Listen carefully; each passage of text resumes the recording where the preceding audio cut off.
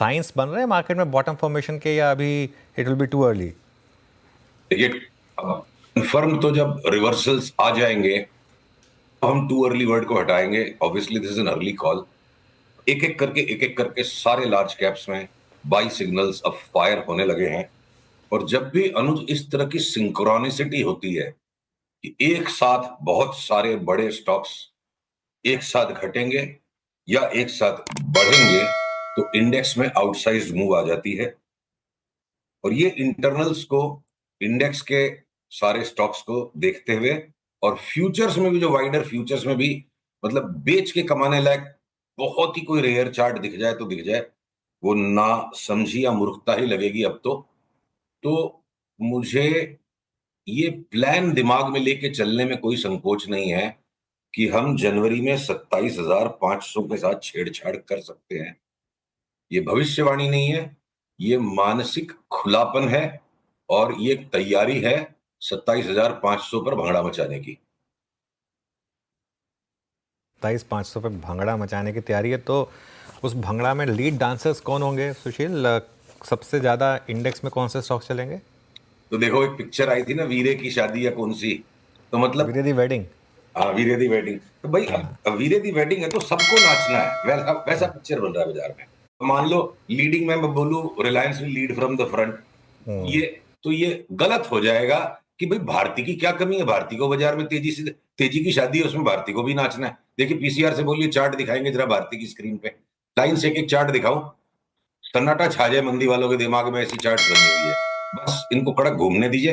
अगर चार्ट आ गई है स्क्रीन पे तो ये देखो आप, भारती की चार्ट हो गई, ब्रेकआउट आ रहा है, ये एबीसी वेव था, अगला पड़ाव कहां जा सकता है जी? यहां आ सकता है, आ सकता है, और आ जाएगा में फर्क है। अभी हम आ सकता है लेके ही चलेंगे। वैसे हमारी आदत है थोड़ा कड़क ठोस बातें करने की। अब रिलायंस अगर 2-4 दिन का खाली समय गुजार दे यहाँ पे, एक बार के लिए, फिलहाल उसमें थोड़ी सी लैग है, जैसे ये इस लाल लाइन के ऊपर जाएगा, रिलायंस को भी अगर 1800 चले जाना है, मैं आपको लास्ट टाइम ये बोल के गया था, लीवर को हम नहीं लेंगे, उसको छोड़ के हम बाकी सारे एफएमसीजी लेंगे। बताओ, लीवर में भी बाई का पैटर्न तैयार हो गया। यूनिलीवर भी अब अगर यहां से 3,050 3100 तक वापस जाएगा, टेलीकॉम के अंदर जितने भी स्टॉक्स हैं, भारती के अलावा Indus tower, Vodafone idea, FMCG के अंदर में इवन डाबर जैसा स्टॉक बोलता है मैं 30% ऊपर कूद मारूंगा, और लीवर भी अब तैयार है। तो मतलब वही समस्या हो गई कि पैसे तो उतना ही है और इंडेक्स अब 27,500 जाएगी, हम क्या ले क्या ना ले। टाटा मोटर्स का कल देखो अनुज, आपने कंसेप्ट इन्वेंट किया था आर्टिकुलेशन का कि पोजिशनिंग स्टॉक की क्या है। पोजिशनिंग 10% रिजल्ट नीचे आएगा उसकी पहले से बनी हुई थी। स्टॉक कल नीचे बंद नहीं हुआ, और ये कल के हाई से जैसे ऊपर बंद हो जाएगा, यानी आज का 822, या अगले 1-2-3 दिन में जैसे भी जहां जो सिग्नल आएगा, हम इसको 50% के लिए वापस ऊपर खेलेंगे। कुटे पिटे बजाज के स्टॉक्स जिनमें हमको लॉन्ग टर्म डाउन ट्रेंड दिखता है, वो Bajaj auto, Bajaj finance, Bajaj Finserv भी 15-15% रैली मारने के लिए तैयार है। मतलब कमजोर से कमजोर स्टॉक में भी बड़ी रैली अगर आएगी, तो मैं यहां बिल्कुल भी मंदी के मूड में नहीं हूं। ओएनजीसी अगर 40-50% बढ़ जाए, या आपके वेदांता में वापस बड़ा रिबाउंड आ जाए, खाली एक मेटल्स मिक्स्ड है, तो जो बचने की, टीसीएस, अगर हमको लार्ज कैप आईटी स्टॉक से परहेज था, तो लास्ट 10 दिन में टीसीएस ने भी तैयारी कर ली कि भैया मैं भी रेडी हूं, मैं भी बारात में आ रहा हूं। खाली मुंह फुलाए थोड़ा सा इन्फोसिस बैठा है, और आपके एक दो स्टॉक आईटी में हो सकते हैं, मिड कैप सारे आईटी स्टॉक चलने तैयार है। देखिए, बारात तैयार हो रही है, और ये जो असमंजस सा मचा हुआ है, इज इट टू अर्ली, बाजार में बॉटम हुआ कि नहीं, देखिए थोड़ी अनिश्चितता के बिना तो मजा नहीं आएगा। तो थोड़ी अनिश्चितता के बिना तो कभी भी मजा नहीं आएगा। तो सारे स्टॉक्स रेडी हो रहे हैं, और जिस दिन मुझे निफ्टी में 480-90 के ऊपर का बंद मिल जाएगा, 27,000 का कॉलम ट्रिगर कर देंगे। ओके, चलिए, ये तो ये बात होगी निफ्टी स्टॉक्स की। थोड़े बी ग्रुप के स्टॉक्स की बात हो जाए सुशील जी, इसमें बी ग्रुप में क्या पसंद आ रहा है आपको? देखिए, बहुत सारे स्टॉक्स वहां पे भी है, पर कोलगेट पामोलिव को मैं बी ग्रुप में लूं कि ए ग्रुप में लूं? देखो, कोलगेट पामोलिव जैसा स्टॉक 30% करेक्ट हो गया, कृपया पीसीआर इस चार्ट को दिखाए।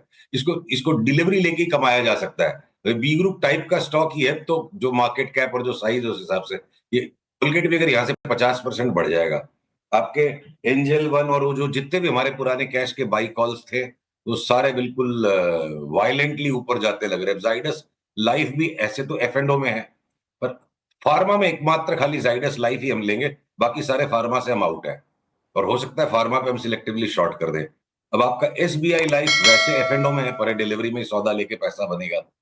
तो अब अगर जेके सीमेंट एफ में है पर खड़ा नहीं कर सकते सौदा, आइडिया को एफ में खड़ा करके सौदा मजा नहीं आएगा। तो I think second tier stocks को भी मैं बी ग्रुप में गिनूंगा, और जो बिल्कुल छोटे वाले जो स्टॉक्स हैं, पहले पहले मतलब हलवा तो खा लें बढ़िया से हम, फिर देखेंगे लास्ट में पान वान खाना है क्या। ये 30, 35, 40% के रिटर्न से मुझे ए ग्रुप के स्टॉक्स दे सकते हैं 2 से 3, 4 महीने में। तो हम बी ग्रुप पे भी नेक्स्ट वीक तक आपसे डिटेल्ड लिस्ट बना के बात करेंगे। अभी तो इनको ही लेने के लिए पैसे कम पड़ रहे हैं, और इनके फर्म रिवर्सल सिग्नल्स को इन प्लेस आने दीजिए। बी ग्रुप में भी जहां जहां हमने लास्ट 3 महीने में बाइज आइडेंटिफाई किए हैं, वो सारे वापस कंसोलिडेट होकर वापस वापस बड़े ब्रेकआउट्स देने के लिए रेडी हैं। ओके। और नॉन एफ एंड ओ में भी कोई स्टॉक आपको अच्छा लग रहा है? दुनिया भर के स्टॉक्स है, आप कुछ नाम पूछो, मैं आपको तुरंत सब पे टिप्पणी देते जाता हूँ। नहीं, मैं अपनी तरफ से कुछ नहीं पूछूंगा। अगर आपको कोई एक दो स्टॉक जो अच्छे लग रहे हैं, थोड़े हायर मार्केट कैप के, एकदम छोटे नहीं, थोड़े लार्ज मार्केट कैप के बता सकें तो। चलिए देखिए, मैं आपको बोलता हूँ कि इंजीनियर्स इंडिया लिमिटेड इंजीनियरिंग में है, और अगर हम आईटी के अंदर अगर हम जाएं तो बिरला सॉफ्ट में मुझे 35% की तेजी का पंट नजर आता है, कोई सस्टेनेबल ट्रेंड नहीं।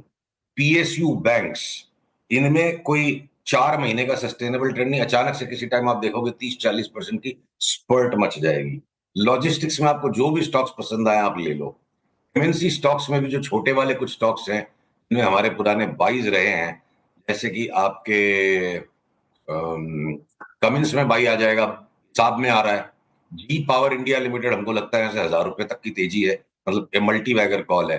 अगर अगर मैं री एंट्री मारना चाहूं तो ग्लाक्सोस्मिथक्लाइन का भी साइडवेज करेक्शन हो गया, ये 2580 का लेके 3400-3500 बिक जाएगा, कोई बड़ी बात नहीं लगती है। टाटा हनीवेल में भी जो करेक्शन इतना होना था हो गया, 43,000 का वापस 60 होके अगली चाल में हमें 70,000 लगता है। आईटीडी सीमेंटेशन तब हो गया जितना पुलबैक और करेक्शन होना था, हम बाई के सिग्नल की वेट करें। आईटीडी सीमेंटेशन अनुज याद होगा 2020 में हमने 10 बैगर का कॉल आपसे टीवी 18 पे दिया था, अभी तक हम बरकरार है इसमें, और भी इस भाव से लेकर 530-40 वाला 650-700 तक की चाल बन जाए तो बड़ी बात नहीं है। जॉन कॉकरेल इंडिया लिमिटेड करके एक स्टॉक है जो साइडवेज कंसोलिडेशन दे रहा है। अभी अभी हम इसको साइडवेज में एक्यूमुलेट करते रहेंगे 5200-5300 के भाव में, और जिस दिन ये 6,400 के ऊपर चला जाएगा, हम उसको सौदे को डबल कर देंगे 12,000 की चाल खेलने के लिए। तो अलग अलग पॉकेट्स में बाजार के अनुज अलग अलग अपॉर्चुनिटीज घूम फिर के बार बार तेजी की तरफ ही बन रही है। मंदी का व्यापार करने में कहीं भी कोई मजेदारी दिख नहीं रही है। ओके, चलिए सुशील जी, बहुत बहुत शुक्रिया आज हमारे साथ जुड़ने के लिए और इस सारे तेज़ी वाले शेयर